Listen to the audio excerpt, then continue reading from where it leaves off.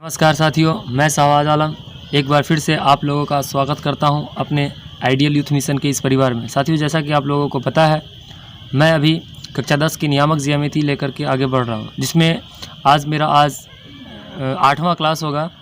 आप इस क्लास को अच्छी तरह से देखें, अंत तक देखें और निश्चित तौर पर अपना लाभ सुनिश्चित करें। आज मैं आप लोगों के सामने जो पढ़ाने जा रहा हूँ पॉइंट, विभाजन संबंधित कुछ सूत्र।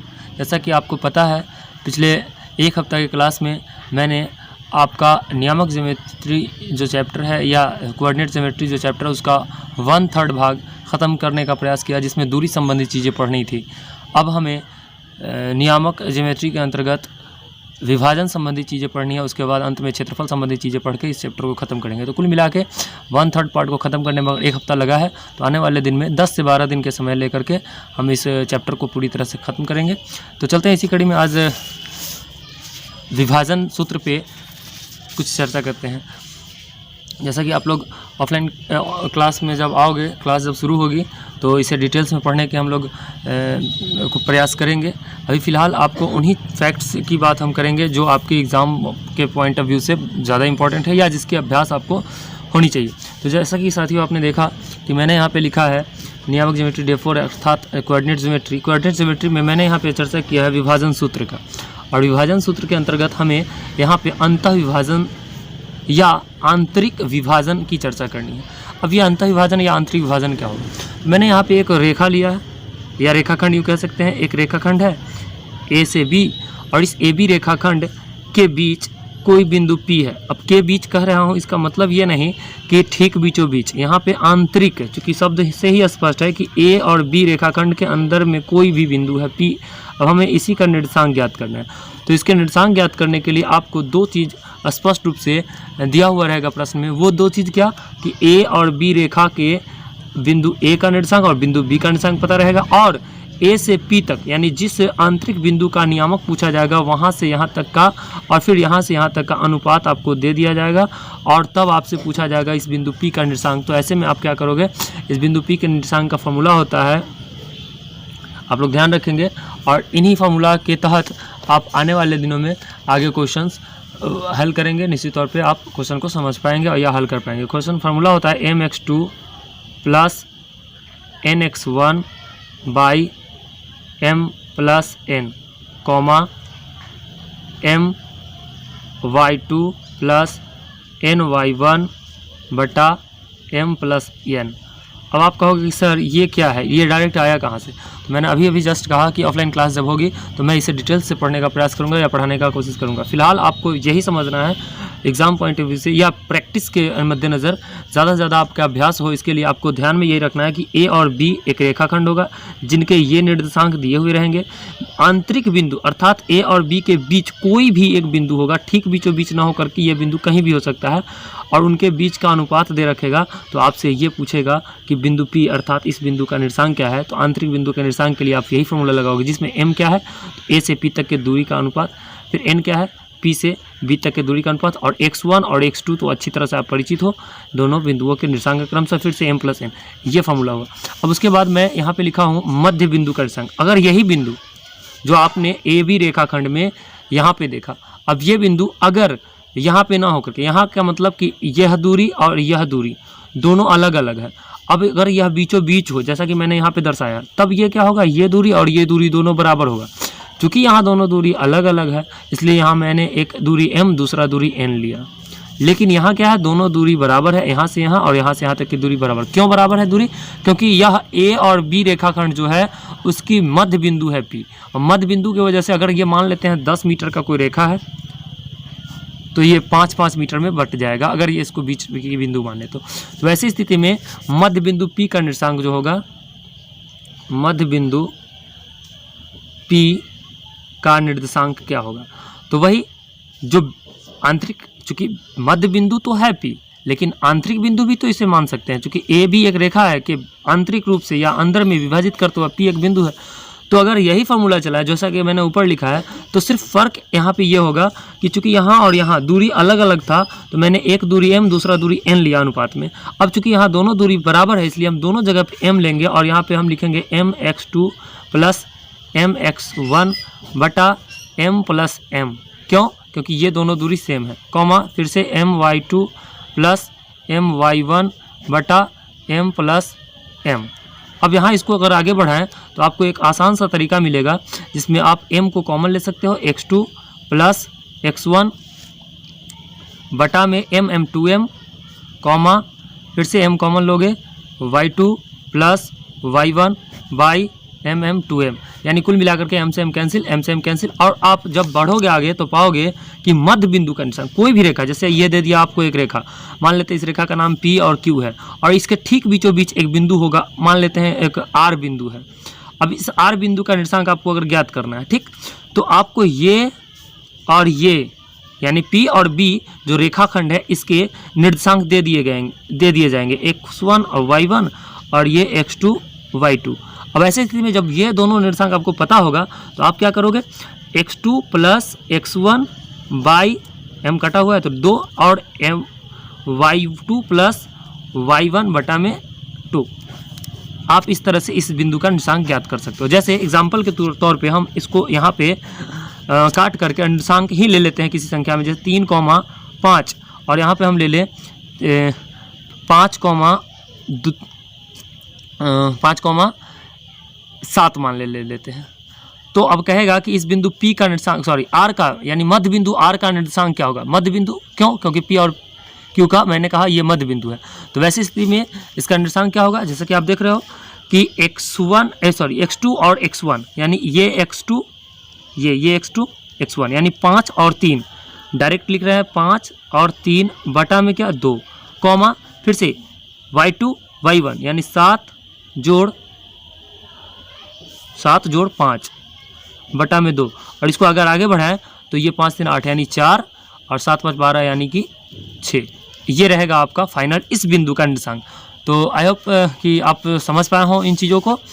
अब आगे बढ़ते हैं इस पे, जैसा कि आप देख रहे हो अंतः विभाजन बिंदु या अंतः विभाजन बिंदु का निर्देशांक से संबंधित कुछ प्रश्न करते हैं और इस तरह से हम आगे बढ़ेंगे। क्योंकि आपको पता है कि मध्य बिंदु से संबंधित चीज़ें आपको आज के ऑफलाइन क्लास में बताई गई थी, सिखाई गई थी। अब हम बात करते हैं मध्य बिंदु के अलावा अंतः विभाजन बिंदु से, या यूँ कह ले कि ए बी एक कोई रेखाखंड होगा जिसके अंतः विभाजन बिंदु P का नाम होगा और वहाँ पे P का हमें निर्देशांक ज्ञात करनी होगी, जबकि ये अनुपात आपको दे रखेगा।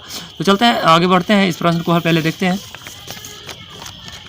हाँ, तो जैसा कि साथियों आप देख पा रहे हो यहाँ पे एक प्रश्न मैंने लिखा या लिया है। वो प्रश्न कुछ इस प्रकार से है कि उस बिंदु का निर्देशांक ज्ञात करें। अब आपको सुविधा के लिए मैं एक बात बताना चाहता हूँ, आप क्या करें कि अंतः विभाजन बिंदु, एक बाह्य विभाजन बिंदु भी हमें पढ़नी है। तो फिलहाल तो हम लोग अंतः विभाजन बिंदु का चर्चा कर रहे हैं, तो आप क्या करें इस क्वेश्चन को पढ़ें, पढ़ने के बाद आप उस फार्मूला को निकाल लें जिसमें मैंने अंतः विभाजन बिंदु की चर्चा की है। अर्थात अंतः विभाजन बिंदु संबंधित जो फार्मूला हमने लिखवाया उसको अपने कॉपी के बगल में रखें और तब जाकर के इस वीडियो को देखते हुए समझने का प्रयास करेंगे। निश्चित तौर पर आपको समझ में आना तय है, बस शर्त यही है कि आपके बगल में फार्मूला होना चाहिए।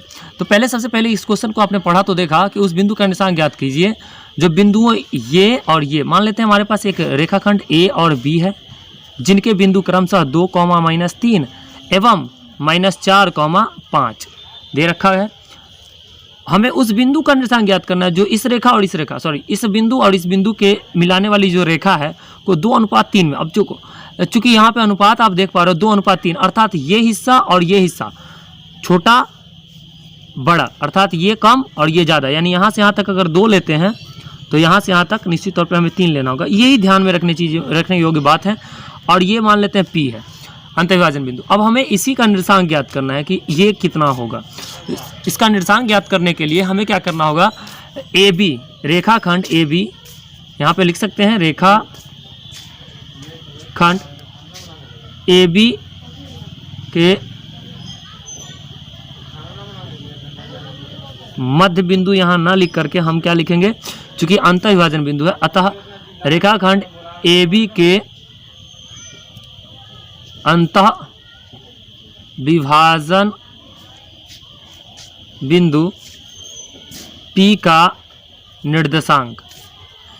अगर अंतः विभाजन बिंदु P का निर्देशांक देखेंगे तो आपके बगल में फॉर्मूला लिखा हुआ होगा mx2 plus nx1 by m plus n।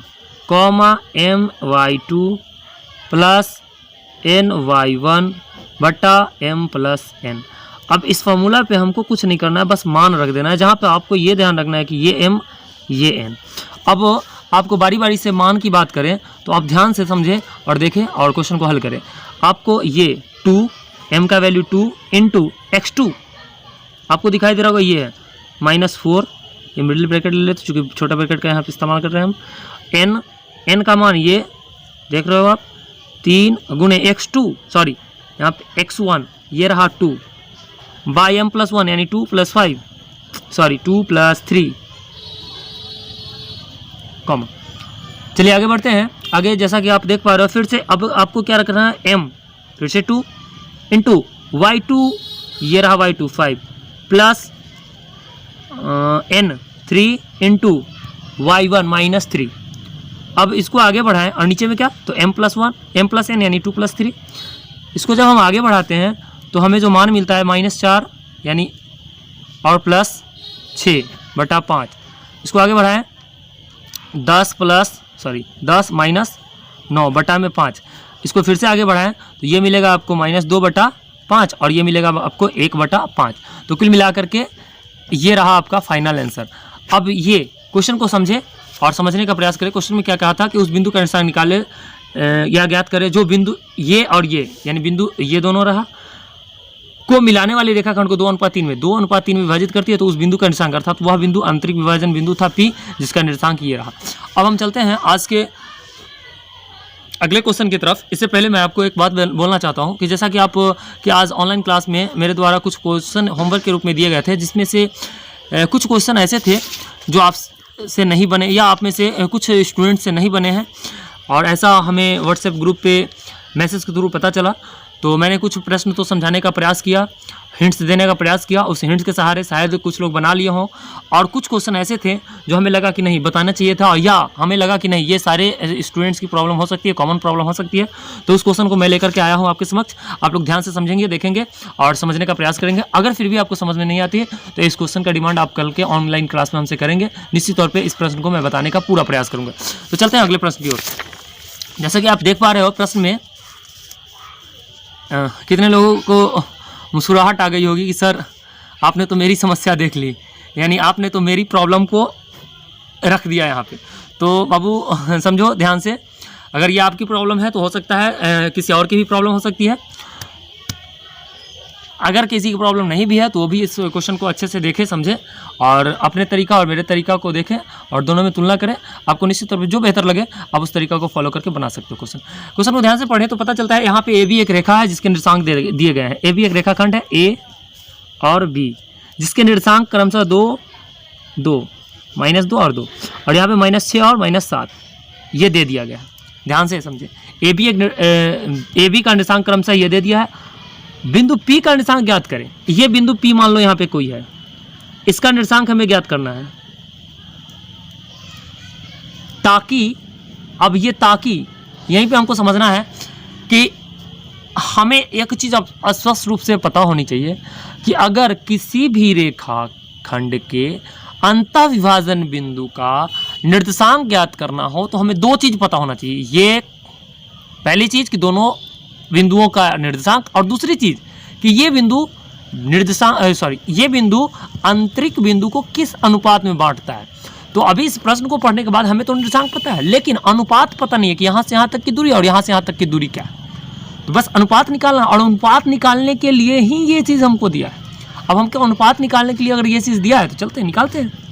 आप देखोगे चूँकि आपसे स्पष्ट रूप से शेयर किया यहाँ पे AP = 3/7 AB। अब आप देखोगे सर ये A से लेकर के P तक है, जो आपको AP कितना है 3 दिए हुआ है, लेकिन हालांकि अभी 3 यहाँ पे डालेंगे नहीं हम। और उसके बाद क्या आपको BP दिया है क्या? BP नहीं, यहाँ क्या है AB है। AB का मतलब A से लेकर के B तक पूरा, तो इसको हम ऐसे करेंगे AP = 3/7 × AB। अब आप में से कुछ साथी क्या होंगे कि AB का मतलब पूरा, क्या मैं AB को AP + BB लिख सकते हैं? बिल्कुल लिख सकते हैं। ध्यान से देखिए, जैसे एक एग्जाम्पल के तौर पे आपको समझाऊं कि यहाँ पे ए है, ये बी है, और यहाँ पे मान लो हमारे पास कोई पी रेखा है या पी बिंदु है। अब इस पी बिंदु को ध्यान से देखें और यहाँ पे हम कह देते हैं कि ये 12 मीटर की रेखा है।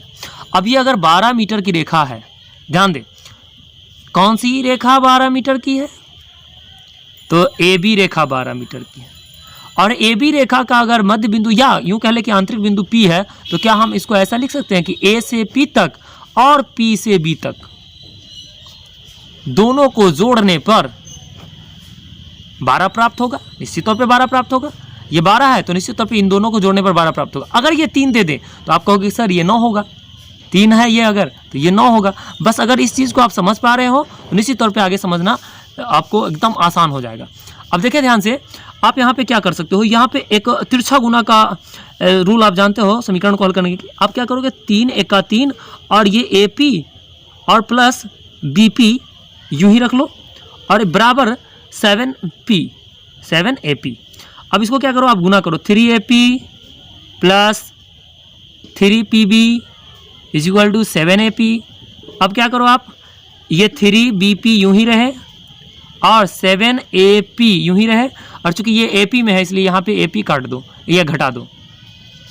घटाओगे आप 3 B P is equal to, इसको घटाओगे 4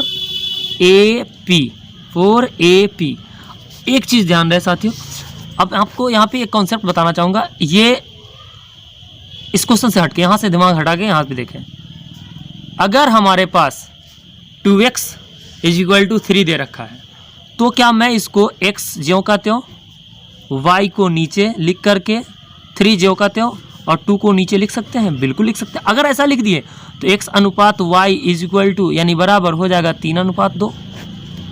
ये बेसिक चीज़ें हैं, क्लास 8 की चीज़ें हैं, फिर से इसको आप रिवाइंड करके देख सकते हो। ठीक वही तरीका हम यहाँ पे अपनाएंगे, पी को यहीं रहने दे और ए पी को नीचे ले आए, बराबर में 4 यहीं रहेगा और 3 यहाँ आ जाएगा। तो आप देखोगे पी बी अनुपात ए पी अनुपात ए पी बराबर 4:3। अब आपको ये चीज़ स्पष्ट हो गया कि पी से बी तक 4 और ए से पी तक 3, ए से पी तक 3 और सॉरी ध्यान दे, हाँ ए से पी तक 3, सही है, ए से पी तक 3 और पी से बी तक 4, ऐसे भी देख सकते हो। पी से बी तक 4 तो यहाँ पे हम लिखेंगे 4 और ए से पी तक 3 तो यहाँ पे लिखे 3। और आप क्या करो, इसको m मान लो n और इसको मान लो m, और अंतः विभाजन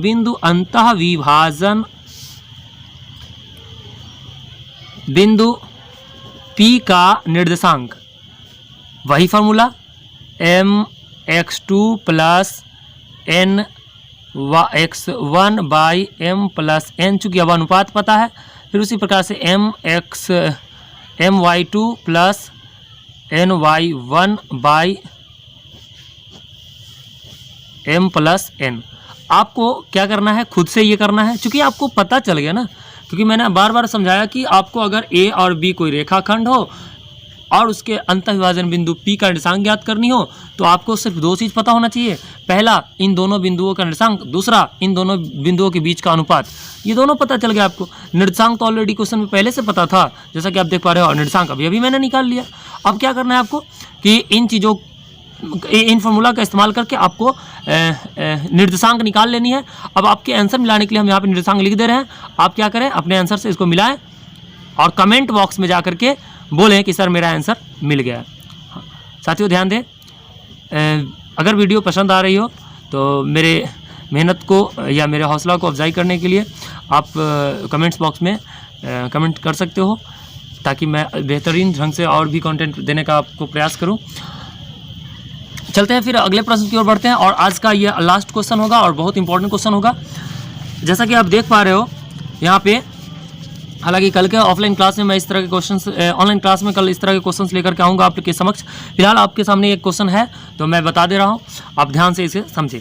कहा क्वेश्चन कि एक बिंदुओं, यहाँ पे लिखा बिंदुओं नहीं है, यहाँ पे इसको काटें, चूँकि बिंदु का मतलब एक होता है और बिंदु मतलब कई सारे बिंदुओं का चर्चा होगा।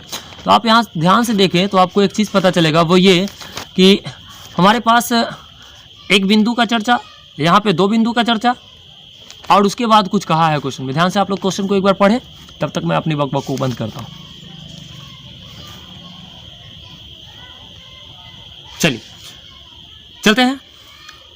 बिंदु 2,3, यहाँ पे कोई होगा 2,3 से बिंदु 1,3 और ये 5,1, इस तरह से 3 जगह पे हम क्वेश्चन ये निर्देशांक बैठा दिए। अब समझिए, ये एक बिंदु है और उसके बाद कहा बिंदु ये और ये को मिलाने वाली तो मिला दीजिए, मिलाने वाली रेखाखंड के मध्य, यानी इन दोनों बिंदुओं को मिलाने वाली रेखाखंड के मध्य बिंदु, नहीं पता है मध्य बिंदु का निर्देशांक क्या होगा, से दूरी निकाले। किसकी दूरी?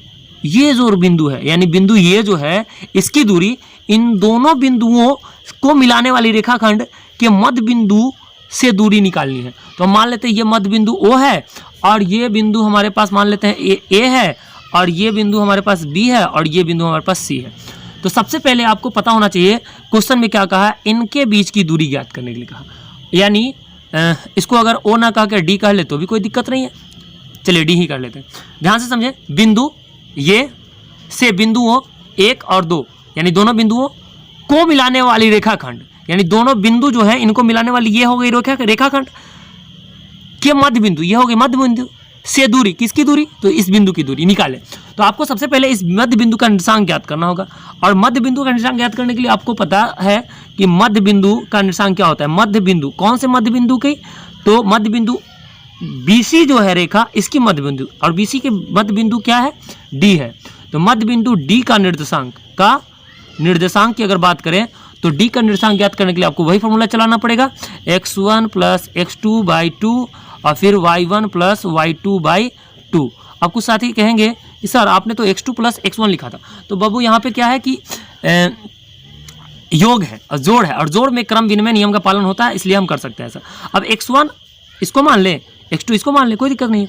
तो 1 + 5/2 कॉमा, यहाँ पे क्या करेंगे y1 y2 3 + 1/2। अब आगे बात करें तो ये मिलेगा आपको 6/2 और ये मिलेगा 4/2।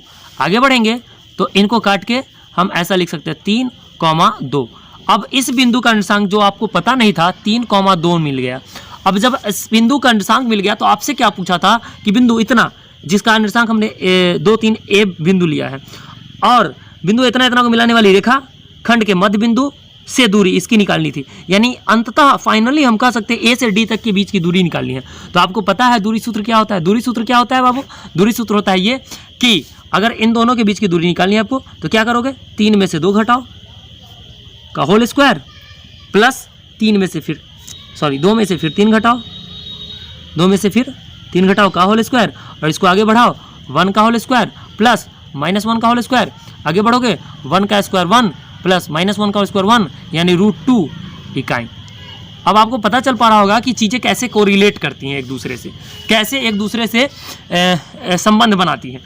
अब चूंकि हम अगर मध्य बिंदु का निर्देशांक निकालना नहीं समझ पाते तो निश्चित तौर पे हमें इस मध्य बिंदु का निर्देशांक पता नहीं चलता। अगर मध्य बिंदु का निर्देशांक पता भी चल जाता तो पीछे से अगर हम दूरी सूत्र का प्रयोग करके दूरी निकालना नहीं सीख पाए होते, दोनों बिंदुओं के बीच की दूरी या दो बिंदु दिए गए हो और उनके निर्देशांक पता हो और दूरी निकालने का अगर हमें पता नहीं होता तो निश्चित तौर पर ये क्वेश्चन नहीं बना पाते। तो कुल मिलाकर के मेरे कहने का तात्पर्य यह है कि आप चीज़ों को रिलेट करें, एक दूसरे से संबंध स्थापित कराएं और उसके बाद समझने का प्रयास ये करें कि पिछला चीज़ हम कैसे यूज़फुल बनाएं या पिछले चीज़ों को कैसे ध्यान में रखें, ताकि आगे जो भी चीज़ें हमें पढ़नी हो या जो भी चीज़ें बनानी हो, क्वेश्चन मैथ वगैरह, तो पीछे वाली कोई भी चीज़ों की ज़रूरत पड़े, यानी कि कहने का मतलब कि पीछे आपने पढ़ा नियामक ज्योमेट्री में रेखा संबंधी चीज़ें या यूँ कह ले कि दूरी संबंधी चीज़ें, दूरी के बाद अभी अब हम लोग पढ़ रहे हैं विभाजन संबंधी चीज़ें, अंतर विभाजन, फिर बाह्य विभाजन पढ़ेंगे, उसके बाद मध्य बिंदु का निर्देशांक संबंधी चीज़ें।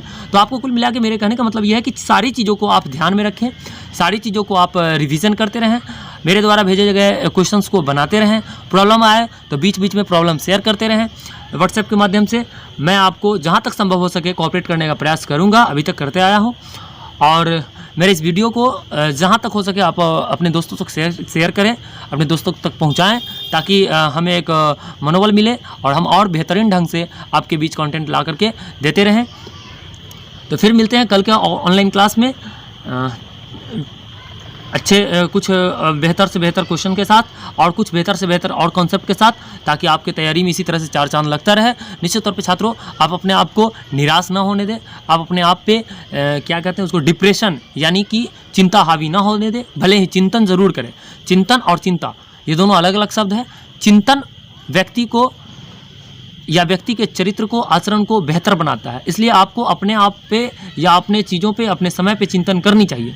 लेकिन चिंता व्यक्ति को बहुत नीचे गर्त में ले जाता है, इसलिए चिंता नहीं बल्कि चिंतन। आज लॉकडाउन है, आज बंद है स्थिति, सारा पूरा दुनिया बंद है, तो चिंता करने की आवश्यकता नहीं है, चिंतन करने की आवश्यकता है, मनन करने की आवश्यकता है कि क्या कारण हुआ, क्या भूल हुई हमसे, कहाँ पे दुनिया में भूल किया, कहाँ पे चूक किया, जिसकी वजह से आज इतनी बड़ी समस्या आई है। तो चिंतन कीजिए, ना कि चिंता कीजिए। और जहाँ तक हो सके अपने पर्यावरण को सुरक्षित रखने का प्रयास करें। कम से कम आने वाले दिनों में, अब जब लॉकडाउन फ्री हो तो कम से कम बाइक का इस्तेमाल करें। बाइक ही नहीं, आप अगर पटना जाना हो आपको या कहीं बाहर जाना हो तो सार्वजनिक साधनों का, जैसे ट्रेन, बड़ी बसें का इस्तेमाल करें। अपने निजी वाहनों का इस्तेमाल कम से कम करें। इन चीज़ों पे ज़्यादा से ज़्यादा फोकस करना चाहिए आदमी को। पूरे वर्ल्ड में इन चीज़ों का मतलब जागरूकता फैलाई जाती है, फिर भी लोग नहीं समझते हैं। तो इन चीज़ों को, हालांकि क्लास में हम लोग बार बार हमेशा प्रयास करते रहते हैं कि जहाँ तक हो विद्यार्थियों के अंदर आज से ही इन चीज़ों के जानकारी या इन चीज़ों के बीच जागरूकता फैलाई जाए, ताकि हम अपने पर्यावरण को संतुलित रखने में एक छोटा सा ही सही लेकिन कुछ न कुछ योगदान दे सकें। तो इन्हीं बातों के साथ हम आज के इस क्लास को ख़त्म करते हैं और फिर मिलते हैं अगले दिन। तब तक के लिए गुड बाय, टेक केयर, अपने स्वास्थ्य का ख्याल रखें। धन्यवाद।